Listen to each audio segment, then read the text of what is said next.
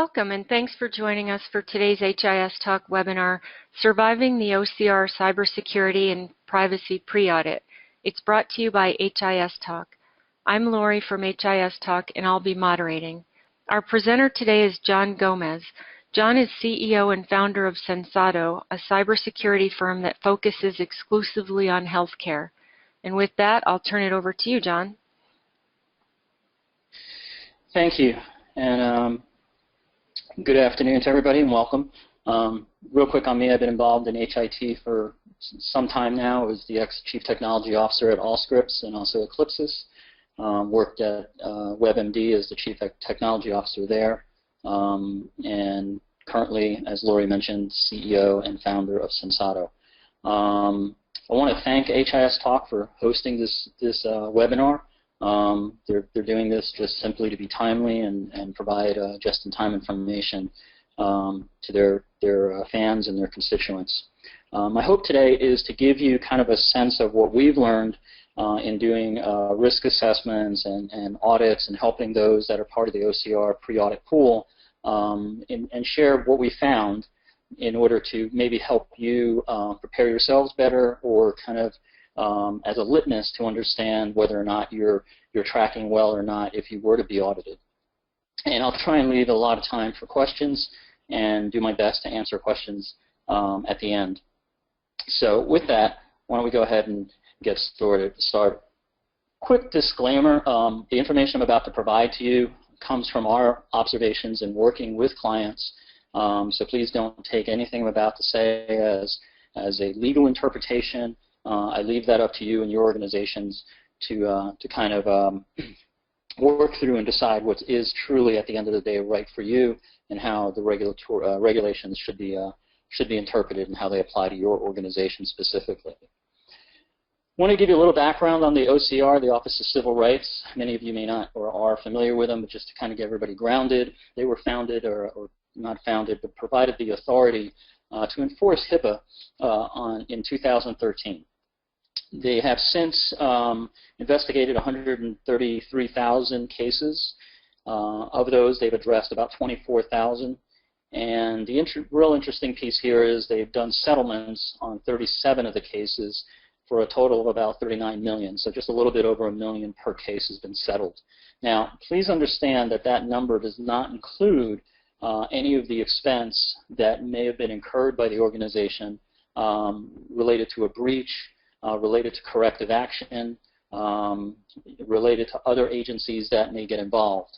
One thing that I think a lot of people don't understand and we commonly see when we're performing risk assessments is that there are other federal agencies that can come into play when we're talking about a breach or cybersecurity within healthcare. For instance, the Federal Trade Commission.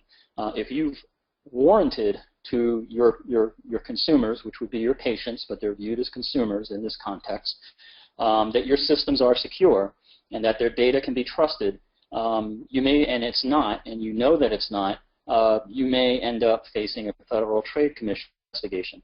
The thing about the FTC that's a little scary is they actually will pursue criminal charges. We've seen that occur in the retail space. We haven't seen that in healthcare, but just so you know, it's not just OCR that can ultimately come forward and impose either civil or criminal liabilities and penalties, so something to keep in mind. Some fun facts on enforcement and some of the things that in OCR investigations they've published as being the top things that they see. First is impermissible uses. Now, this is an interesting one. When we do audits, we catch a lot of our clients on this. When I say catch, we're there to help, so it's not like we got you, but it's the things that we catch in the audits and the assessments that we do.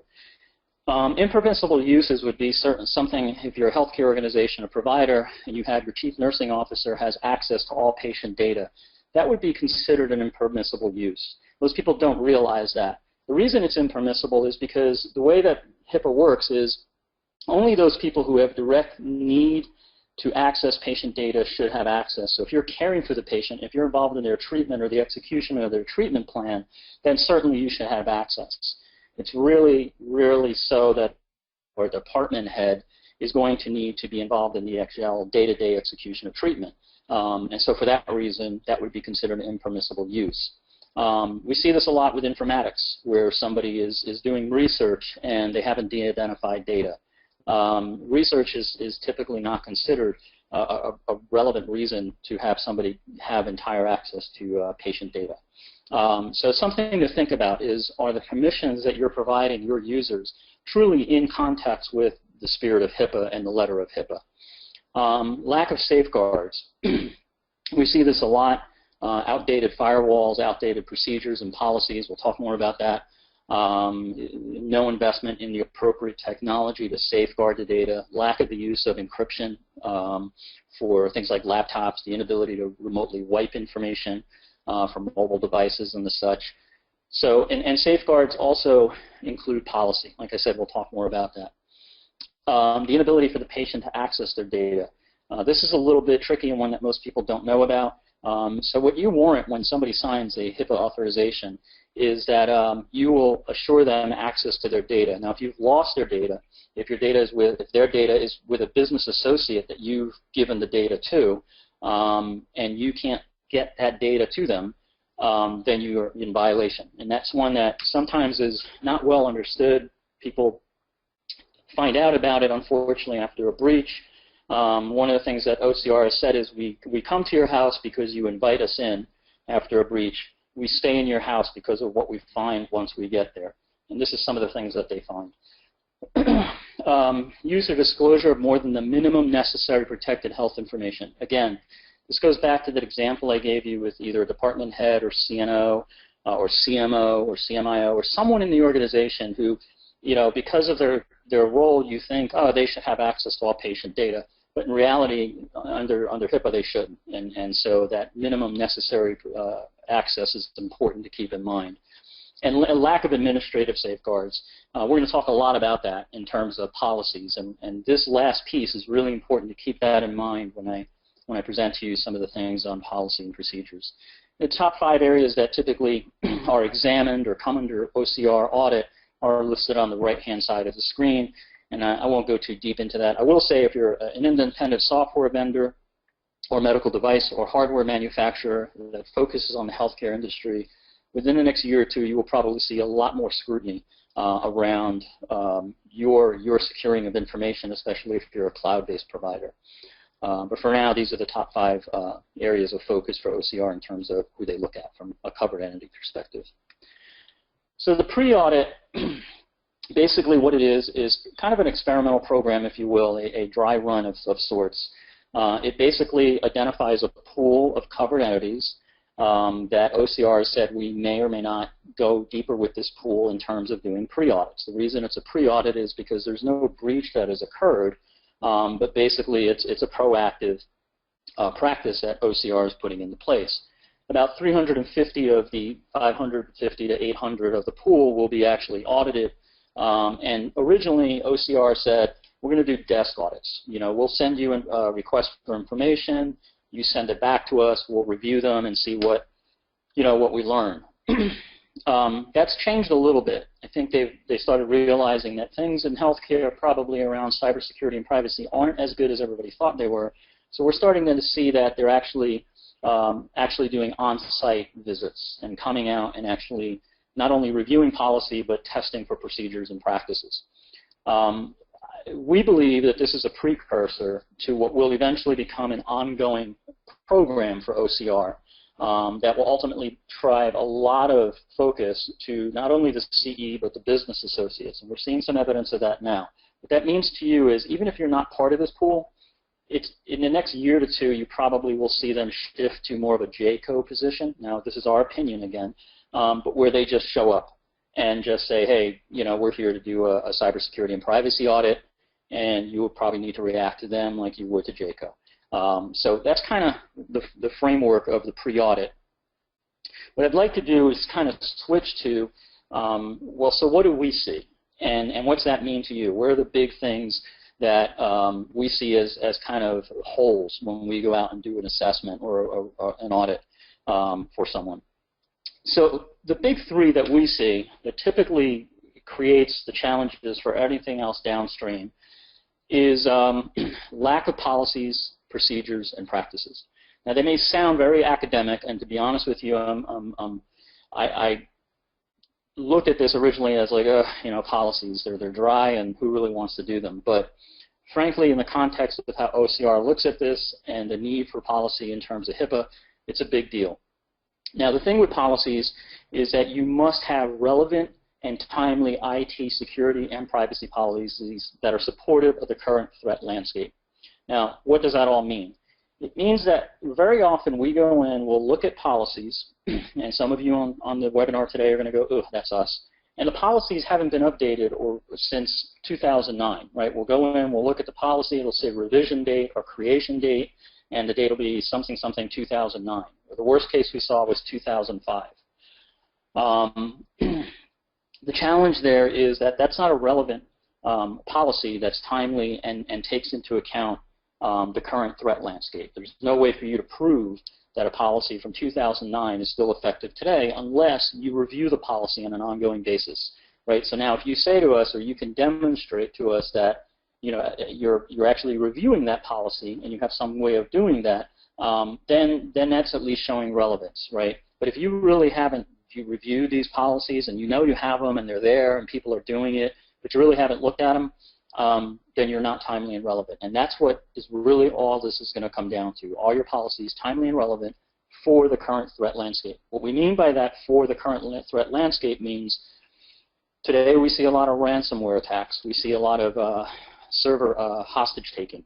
And if you're asked, well, what have you done around ransomware? How do your policies work to support or defend against attacks and ransomware? And you can't answer that, or demonstrate that rather, through your policy, then your policies aren't reflective of the current threat landscape. So hopefully that makes sense, right? Your policy has to be able to demonstrate that it's dealing with issues today. We've had cases where we go in and the policies will reference modems. And then we'll ask the organization, do you have any modems in your environment? And they'll say, no, we got rid of those 3 years ago. But the policy still references them, so you're not relevant any longer. Okay, so hopefully those examples help. Once you have policies that are relevant, timely, and support the current threat landscape, you need to then have procedures. And usually there's some conversation around, well, what's the difference between a policy and a procedure and a practice? If you think of it this way, the policy creates the framework or the guidelines around what it is you're going to do. If we were going to be a restaurant, our policies would be around, we're going to be a French restaurant. The procedures are kind of the recipes or the protocols in a healthcare framework, right? So if we were going to if we were going to be a cardiology hospital, we would probably have policies around that. Our protocols would be around how do we treat, you know, advanced myocardial infarction or heart attack, and then the practice would be following the protocol. And the same thing applies here. Our procedures are actually the steps we have to take to put the policy in place. You have to be able to demonstrate that you have those procedures. We often go in and find that many organizations can talk to it, but they can't show us the recipe. They can't show us the actual step 1, 2, and 3 of here's how we maintain you know, complex passwords in an EMR. And so the policy is you have to have complex passwords. The procedure would be how do you do that, and the practice then becomes the actual evidence that you have done it. And really that's what we're looking for when we're thinking about practice. And this is where things like logs and actually records of you doing things come into play. So if you have a policy by chance that says you're restricting access to network server rooms and that you will, you know, keep a log of individuals entering and exiting that room, we would want to see the actual logs as proof that that practice is in place, which means that you have the appropriate procedure and it's based on the appropriate policy. So that's the big three. If you have these right, if you can check all that off, know that you have relevant policies, that you have demonstrable procedures, and you have evidence of the practice, then you're pretty much 99% of the way there. There's no way that if you have relevant policies, you should fail an audit or an assessment. Doesn't mean you won't be breached, because there's a whole other piece of that. But it means at least if somebody were to do a pre-audit, you should have everything in place. I understand that's a big deal for a lot of organizations. It's complicated and in some cases costly. There's one other thing, though, where even if you got all that, we usually find is an indicator that everything's not right in the house. And remember, when you're doing an assessment or an audit, you're kind of looking for indicators that demonstrate there's something going on. And that is governance.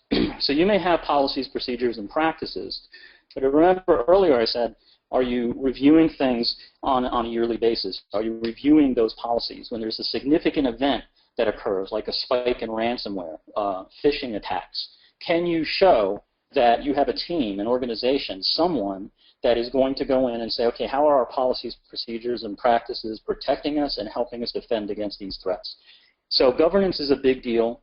Lack of governance questions your ability to actually show true relevance and demonstrate process and provide evidence. Governance does really truly reduce your risk ultimately. If you're questioning your policies and your procedures and practices on some frequency or cycle, then chances are you're not going to get so far behind that it becomes a big scary challenge, but rather something that's incremental that goes on, and you're able to evolve and keep up. It doesn't need to be complicated. We see a lot of organizations that put governance in place, and man, it is like this amazing, just, crazy Rubik's Cube of people, process, and things. It doesn't need to be that complicated. It could be just 3 or 4 or 5 people. Make sure that governance is specific to IT security and policy. We see people tell us, well, we have a governance committee. Well, if the governance committee is looking at clinical protocols or patient safety, you need a different committee that knows about security and privacy, and we'll talk about that in a moment. Make it cross-functional. Your IT security governance team should not just be the IT security group, but should have clinicians on it and operational team members and others, physical security, medical engineering, clinical engineering. So it should be a cross-functional team. They should be educated. You need to demonstrate that this team actually does understand security, right? You can't just form a team and they have no clue about anything to do with ransomware, how to protect against it, and then expect to be able to show that their decisions led to effective policies, procedures, and practices. So hopefully you understand the dynamics there and why these things are important. The governance team needs to be able to demonstrate that they actually are working and doing what they're supposed to do. So you need to keep logs and meeting notes and just show that they're actually meeting. And typically what we tell people is get your governance team together at least quarterly. And there's other things they can do besides just governance of policy, procedures, and practices, which I'll tell you about in a moment. So those are the big ones, right? Those are the big things that if you can lay that foundation and get those, your policies in place, your procedures and practices, and then add governance on top of it, you'll go a long way to dealing with the challenges of how do you survive a pre-audit or an audit. And actually, even if you got breached, the audit outcome after the breach should be significantly less if OCR sees that, hey, this was an honest mistake, you're doing everything you can, and you really have your house in order. And that's really ultimately what they're looking for. Is your house in order or not?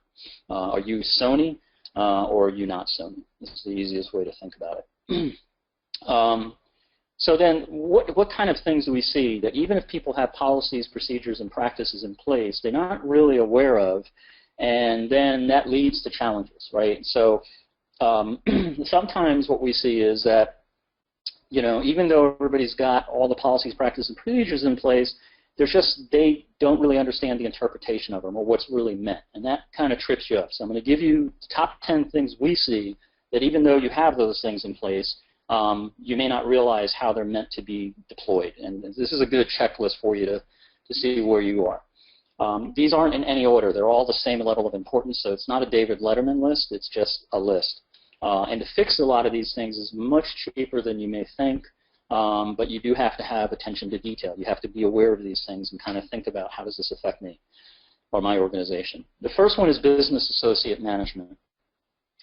We see a lot of organizations that do not realize that they're required to do a security assessment and privacy assessment of their BAs.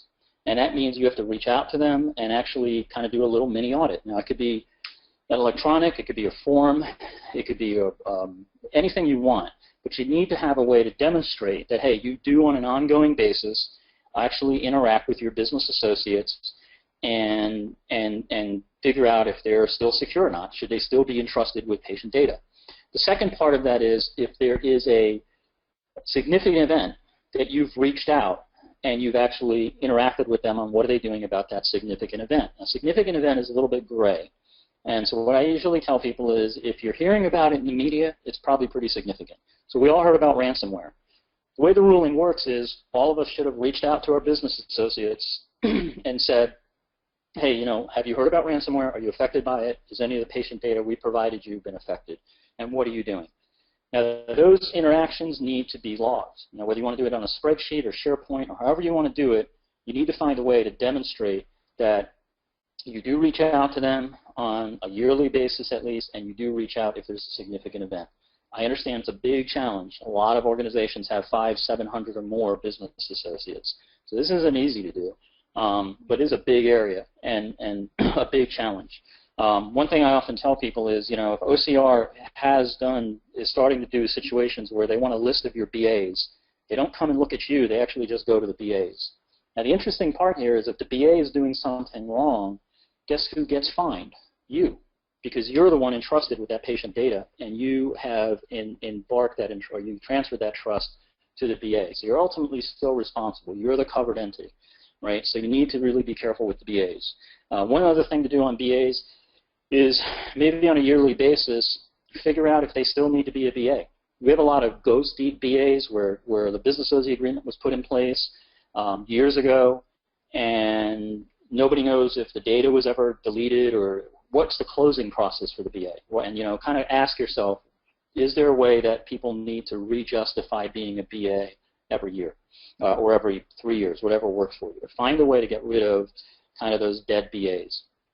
CISO and CIPOs. This is becoming a more popular term. We see a lot of people who are chief information security officers or chief information privacy officers. That's awesome and a great practice.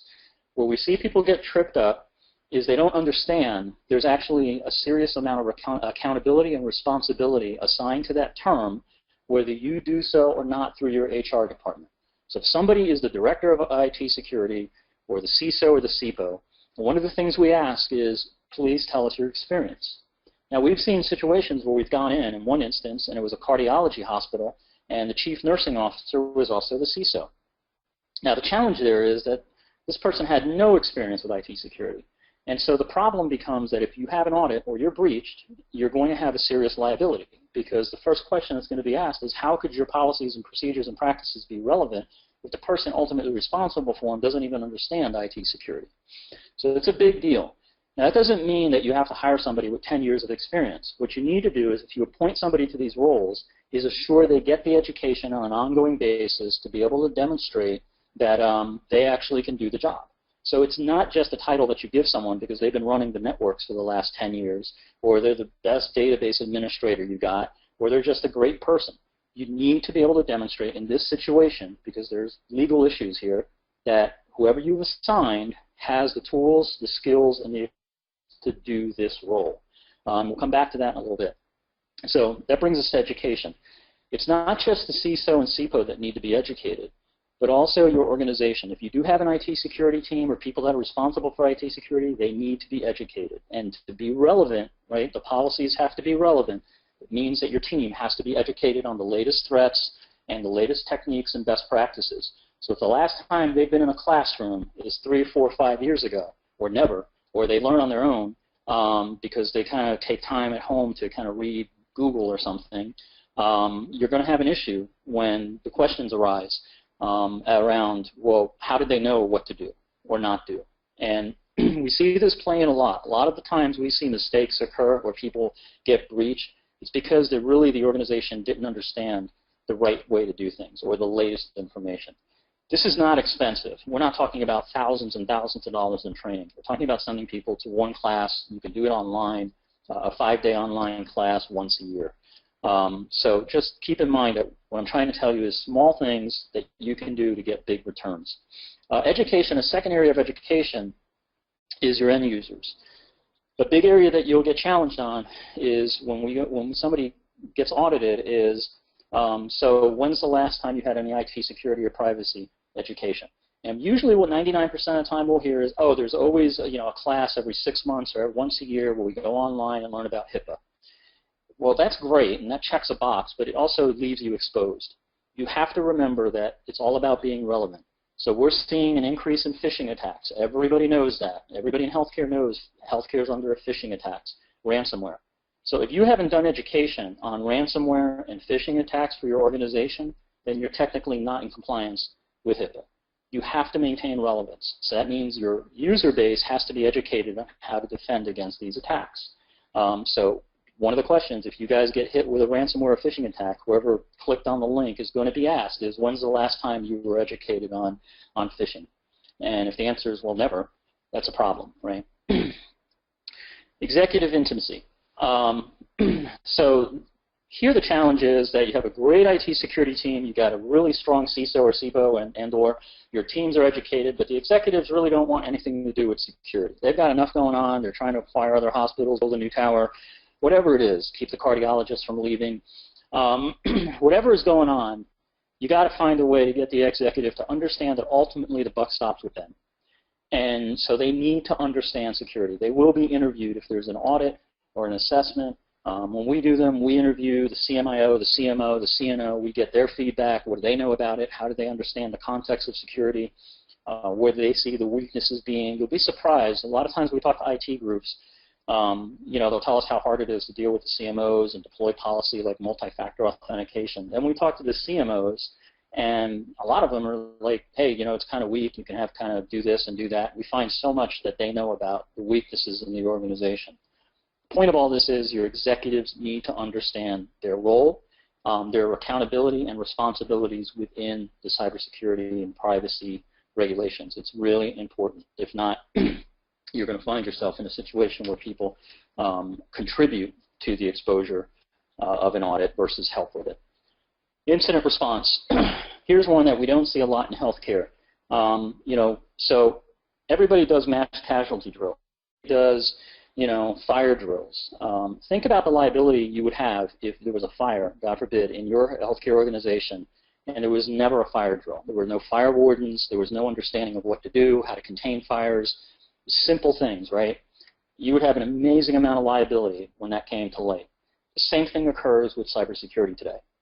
If you're not writing, if you don't have an incident response team, if that team is not trained properly, they don't have the tools, they don't have the procedures on incident response or the policies, and they haven't practiced incident response through cybersecurity simulation or attack simulation, then you're going to have an issue trying to explain that, you know, you didn't have a way to contain this. Now, all the practice is there, the tools are there. You do need to figure out a way to deal with incident response.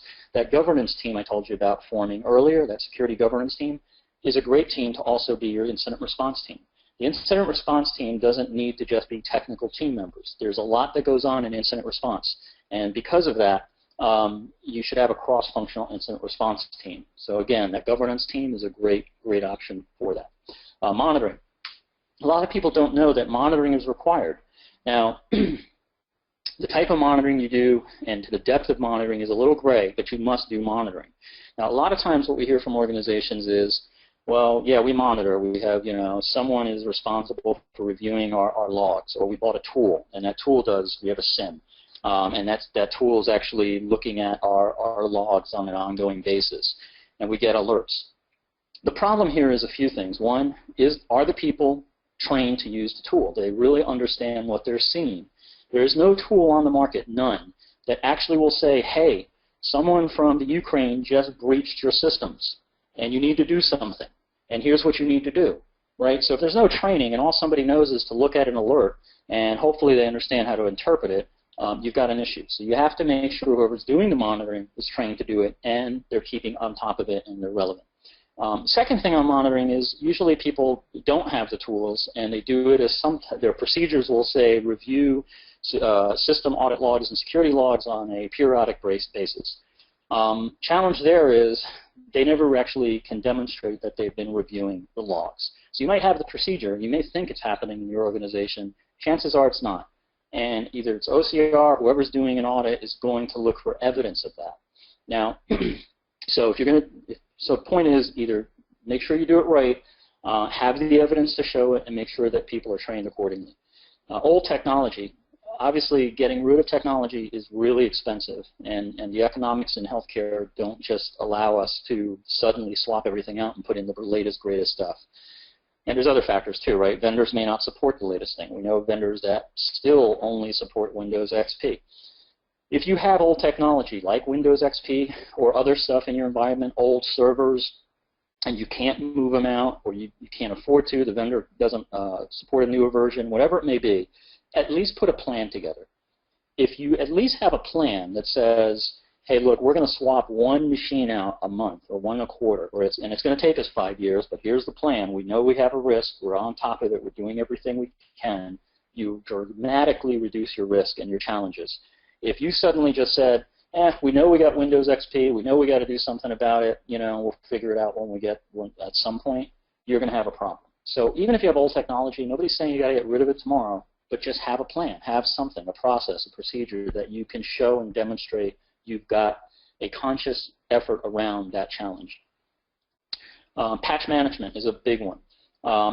With patch management, we often see that people know they have a vulnerability, they know they have an exposure, but because they can't align the IT teams and the clinical engineering teams or the clinical analysts for the EMR, whatever product it may be, they can't apply the patches, or the patches take 6 months, right? We see these really intensive, archaic procedures that come to us back from the 80s that we've got to go through 20 layers of testing.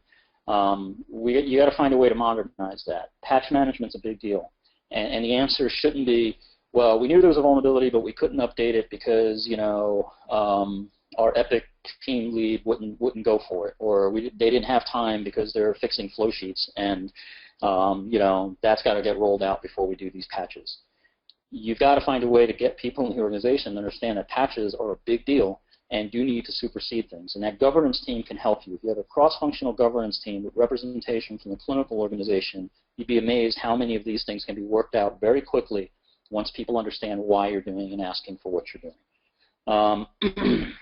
Relevant practices, we've talked a lot about this, but it's a big deal. You have to be able to demonstrate that your practices, policies, procedures are relevant, that what's going on today is what you're defending against. Single authority, this is a scary one for everyone. What happens here is within the HIPAA rulings, there's a review or a request for who is that single authority to shut down systems. And this is part of incident response. The issue here is that most people don't trust any one person in the organization to shut down a system. Now the reason is because you typically don't have that person trained at a level to make that decision. But the way the policy works out is that you have to have a single authority who can shut down systems in time of a cybersecurity or privacy incident without fear of their job or ramifications for making the decision. So it's not easy, and it's emotional. It's not that somebody can't figure out how to make that decision, and the decision can't be a committee. When we're doing an assessment or audit, we're looking for a name. Who is that person? If all of a sudden there's a ransomware attack and the EMR has to be brought down and you've got seconds to respond, who is the person that can say shut it down and is not going to lose their job? It's very rare we find that single authority, and that's a big, big deal because it talks to containment. A lot of the things on this list are just not issues to HIPAA, but they're going to be issues to your cyber liability security insurance, right? Because when the adjusters come in and they start finding out like, oh, well, nobody could shut down the system, but the damages would have been half if we would have shut it down, you're going to have a very different payout on your insurance, and HIPAA is going to be just one of your issues. So single authority is a big deal. If you have a 7 by 24 operation, which most hospitals are, then you need to have one person per shift that can have that single authority. And again, the answer isn't, well, we have a committee, or Steve would call Barbara, and Barbara would call Dave, and Dave would eventually call so-and-so. That's not what is being looked for. It's that, we need to know it's Barbara. And if it happens, Barbara's there, and she can make the decision on the ground, not at home. All right, so how do you do some of this? How do you take everything I just talked about and get it into a plan and an approach that works, that hopefully gives you some sanity and some gut checks? So this is everything you have to do. This entire chart here, this huge honeycomb, is everything you have to do. If you can do everything here, everything I just talked about basically is in here somewhere, just under different terms. The black stuff is like the most important things, and then the blue stuff are things you definitely have to do, but you may have some more time to get to them. So the way you do this, and not lose your sanity, and not spend tons and tons of money figuring it all out, is get NIST. NIST is a freely available framework. You can Google it, go to their website. And there's a whole piece on how to institute NIST for healthcare.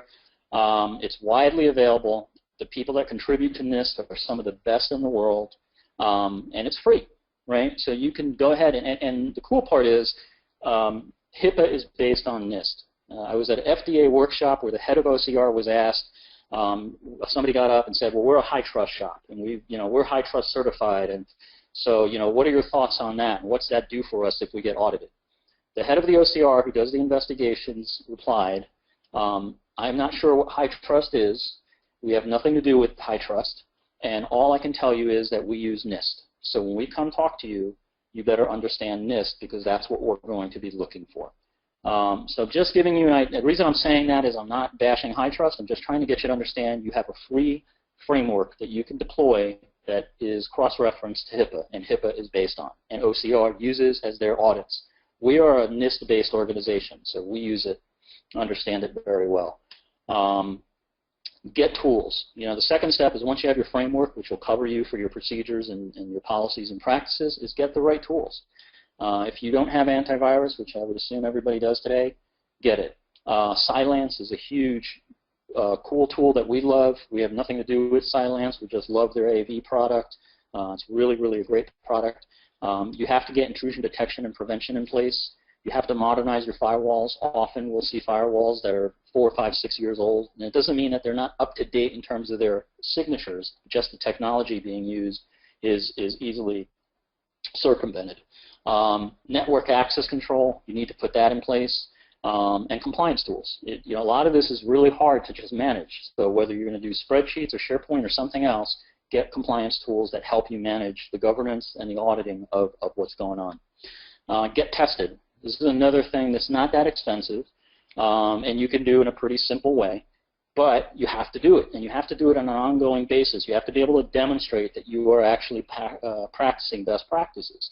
And in this day and age, a risk assessment needs to be done once a year. We have way too many organizations we go in to work with, and we find out the last assessment was years ago. We're actually now doing security assessments for hospitals when they go to acquire another hospital, right? So we'll come in as part of the diligence team, and one of the things we'll find out is, the last assessment was 2008 or 2014, and they're still working from that. And I understand it, and you don't want to do another assessment because God knows what you'll find out now, and how's that going to create a bunch more work. But you need to do them. You've got to do them at least once a year and demonstrate that you're taking action against the findings in some way, shape, or form. And then penetration testing. We again, find a lot of organizations where they even haven't done a penetration test or vulnerability assessment. Or they've done them years ago, yet they just, you need to do them. The best practice now is every 6 months. And just to let you know, that practice is starting to move towards every quarter. But it's no longer once a year or once every 2 or 3 years. Pen tests need to be every 6 months. And again, you can find ways to do this in budget-friendly manners. And get people involved, right? Between your executives, your clinicians, your operations people, get them involved. And then try to find trusted partners that you can work with external to your organization. By the way, the risk assessments and pen tests, it's great if you're doing them internally, but you need to have a third party from the outside do them. You need an objective review of your systems. And maybe you can change the frequency where you do one internally 1 year and the next one's done external, and the pen test, you flip-flop them where your team does one and then next one is done by an external team. Point is, make sure that you're getting objective opinions when you do things. So I'm going to run through something real quick, and then we'll get to questions. Hopefully you guys have questions, and I haven't overwhelmed you, freaked you out, or hopefully my hope is that everybody's kind of going, oh, this stuff is, I'm great. I'm good to go. I'm locked up. I don't need anything. I dodged a bullet. I don't normally do this, but I am going to throw out some opportunities for you guys. If we have a program called HIT 360. It's a risk assessment and testing program. You can do it as a subscription, which really lowers the fees. What we're going to do is we're going to take 25% off of that. If you want it, you can let us know. We have 2 new products coming to market. One is CMS, Compliance Management System, and it comes preloaded with all the HIPAA and NIST policies. So it's HIPAA crosswalk to NIST. So it's kind of like overnight you would have all the policies. It also supports governance and exception management. So one of the things in the policies you need to be thinking about is you're going to have exceptions to policy. There's going to be systems or people that for one reason or another are going to be an exception, which is okay as long as you can demonstrate the exception and show that you have a handle on it. So this product is meant to be a real strong but yet easy and affordable way to get your compliance management under control. And then BAM is a sister product. They don't have to be done together, but it's a sister or complementary product which helps you manage all of your business associates. And so I won't bore you with all that stuff, but we're going to do, because these are new products, they'll be out in the next 30 days, we're going to do 50% off for anybody from here that wants, for taking time this afternoon with us. And then the last thing is we've designed and developed and built from the ground up a security operations center we call the CTOC. And you'll see some pictures of the CTOC on the right-hand side of the screen. It is completely focused on healthcare. It's the only security operations center of its kind. We're tied into the Department of Homeland Security. We've engineered it from the ground up to be able to support the smallest physician practice to the very largest hospital or ISB. So with that, we're also going to do a discount for those of you that may be interested. So that's that. And with that, if you want to get in touch with me directly, if you got a question, something you didn't understand, something I screwed up, you can email me at that email. But hopefully there are some questions you guys have pushed out to Lori, and if so, I'd be happy to take them now. Thanks, John. As he said, now we'd like to open it up to the audience for questions. As a reminder, please use the questions section on the GoToWebinar panel to submit them. The first question, Brett would like to know if you can give some examples of compliance tools. So HITRUST in and of itself is kind of like a compliance tool. I don't know a lot about it other than that it's expensive. But you know, it's used widely, and so you know, there's nothing wrong with it. The tool that I just mentioned that we're coming out with, the Sensado CMS, is an example of a compliance tool. We've worked really hard to try and make it real easy to use and deploy. We've done it as a subscription so that you get updates to policies and you can change the policies and do a whole bunch of things with it. But those are kind of the two off the top of my head. Most people we're seeing are using Excel or SharePoint. It's a great idea when you first start. It really gets difficult once you have a lot of revisions, or you got to start correlating data, or doing things like reminders and email alerts and all that kind of stuff. And then we see that people haven't touched the Excel spreadsheet or the SharePoint site for months, and then it just becomes a problem. And the challenge with something like that is you knew about it, right? So you knew you needed to do something to help manage and govern your policies and practices. You started to do it, and then suddenly it just fell by the wayside. So I apologize, I can't give you more examples, but those are the ones that I would kind of talk about. John would like to know if you could talk a little bit about the difference between pen test versus vulnerability scans. Yes. So a few things on pen test. So a vulnerability scan is typically going to just be a scan, an automated scan in most cases, and some other stuff like depending on the group that you work with. You're going to do an open source intelligence review and see if there's anything about you out in the organization, if there's anybody talking about you in the dark web, if any information is leaked. So that's typically what a vulnerability scan is going to do, and you'll get back a report telling you that, hey, here is the vulnerabilities in these systems. And usually it's because you haven't patched your servers, they're not up to date, or there's something new that the vendor hasn't addressed with. And often you'll also be looking for configuration. Has something been misconfigured or not configured correctly? So all that goes under the heading of vulnerability scan. Pen test is when you actually have attackers attempt to break into your systems. They're actually attempting to penetrate your systems. They're using whatever techniques you and them agree upon in terms of the rules of engagement, but they're looking to see if they can break in. Usually you'll see those happening together. Although we're seeing more and more organizations who are just doing vulnerability scans. They may do it on their own and then supplement that with a pen test. Pen tests in and of themselves have different levels of severity. We use a scale of 1 to 5, 1 being the least severe pen test and a 5 being the most severe. The higher the severity, the more reflective it's going to be of a real-world attack. So if you go out and look for somebody to do a pen test, hopefully it would be us, but if it's not, make sure you ask them or tell them the level of severity you want, because that severity is going to match the reality of that test. It's going to be more real world. And last thing you want is a pen test or vulnerability scan that isn't reflective of the real world, and then you have a false sense of security. Jen would like to know why you think physician practices rank #1 in terms of frequency. It's typically they have no IT security. They usually contract, if they're a small physician practice, they'll contract a small kind of IT consulting firm. But it's really rare where somebody in a physician practice really is thinking about, and their job is security. If it's a larger physician practice, a big one, like really big, multiple offices and locations, we'll see a little bit better. But usually it's just that in most cases we've seen they just don't understand that they need to be doing these things. And frankly, some of this can be expensive for a physician practice, so you need to balance that budget with the reality of what can they do.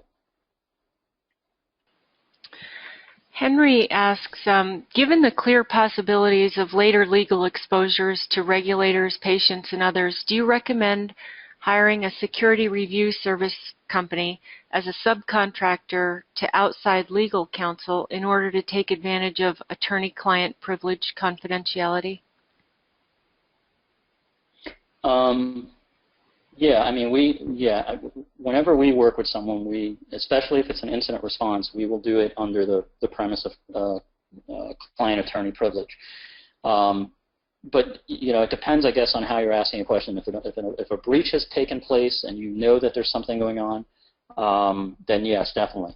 If it's pre-breach, meaning you just are having somebody do an assessment, and you just don't want something to come out down the road that you knew about it or not, you kind of could do that under client attorney privilege. I haven't seen that happen. Usually there is a non-confidentiality and non-disclosure agreement put in place, but I guess it wouldn't hurt to do a client attorney privilege communication for anything that comes out of the assessment. So it actually sounds like a good idea to do.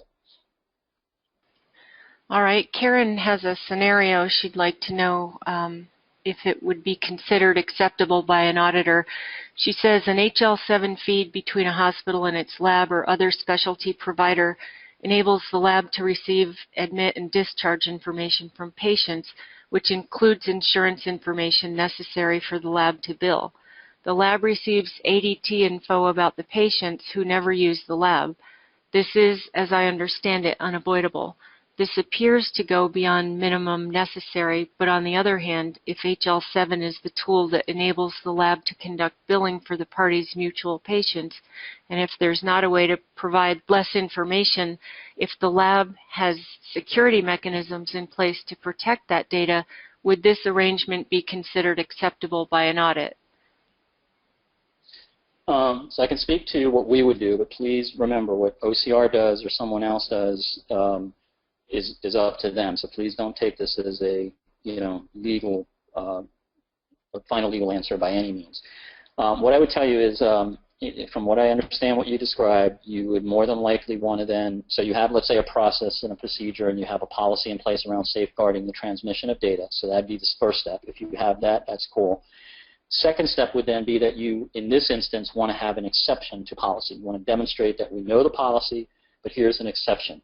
And then the reasoning and justification for that exception, so that you can demonstrate that. The third thing is that lab would be, I guess, your business associate. I'm assuming they're an external lab.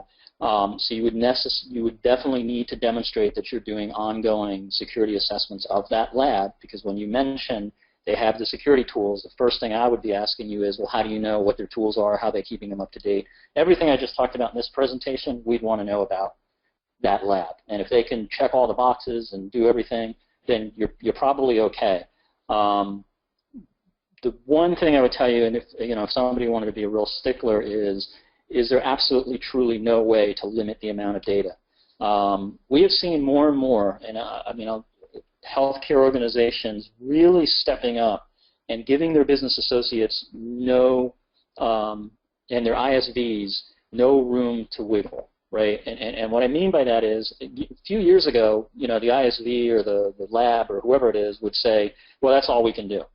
What we're seeing now is people kind of go, well, under the new security rules, and because of those, you either need to do it this way and fix that, or you need to provide indemnification if we end up getting breached or getting audited or something happens. And you'll see that if you kind of take that stance, more of a heavy-handed stance, especially if you tell somebody they're going to have to indemnify you against potential audits or risk, that suddenly things that could never be fixed get fixed. But assuming you can't do that, I would then try to do everything I can to demonstrate that you're aware of it, it's an exception, and you're being very strong about how you audit that partner. Hopefully that helps. If not, just drop me an email. Okay. Eric asks, is there a source that helps sort out all the security requirements coming from the different sources like SOC compliance, HIPAA security rule, etc.? It's hard to deal with them individually versus as a whole. Yeah, that's usually why we go back. We just had this conversation with a client where they're looking at FISMA and SOX and HIPAA and DoD. And what we tell everybody is kind of go back to the basics, which is NIST.